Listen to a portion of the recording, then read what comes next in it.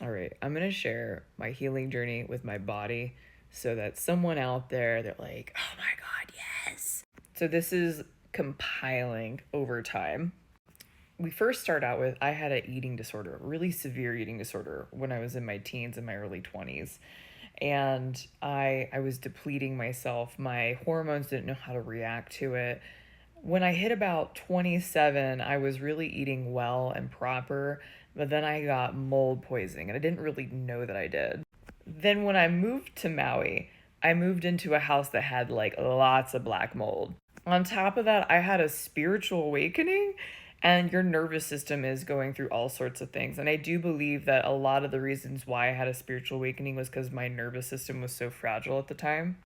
Also, around that time, my body was like, it was having a hard time holding my joints together. I was very loosey goosey. And I ended up getting injured. And I had a back injury and a knee injury and all these injuries.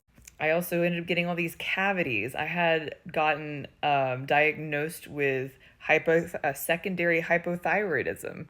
It almost seemed like none of the doctors could figure out what was going on with me. So this is what I did, and I hope that this helps somebody. I really do. First off, I worked on my spirituality. I got into Reiki. It was a necessity at that point. I needed to figure out what was going on with my body, and Reiki seemed to be the only thing that relieved pain, anxiety, depression. Once I got into that space, I was able to stay at a vibration that opened me up to the Akashic Records. And in the Akashic Records, I realized I had all these emotional things from I had a really tough childhood that I didn't address, and I released it. And I embodied new frequencies through having awareness in the Akashic Records. From there, I went on an anti inflammatory diet. So I wasn't just in the ethers pulling ether stuff, I was doing what I was told to do down here on earth by asking questions in the Akashic Records. Hey, what do I need to do? So I went on anti-inflammatory diet, and I ate more. I worked out less. I was a workoutaholic, and my body just started to melt into this like much more healthier version. From there, I started going to get chiropractic, and they introduced me to Cellcore, which is a parasite cleanse. Mind you, at this point, I had major asthma, like really bad asthma, and I never had asthma my entire life. I had allergies. I could barely eat anything because I felt like I had an allergic reaction to them.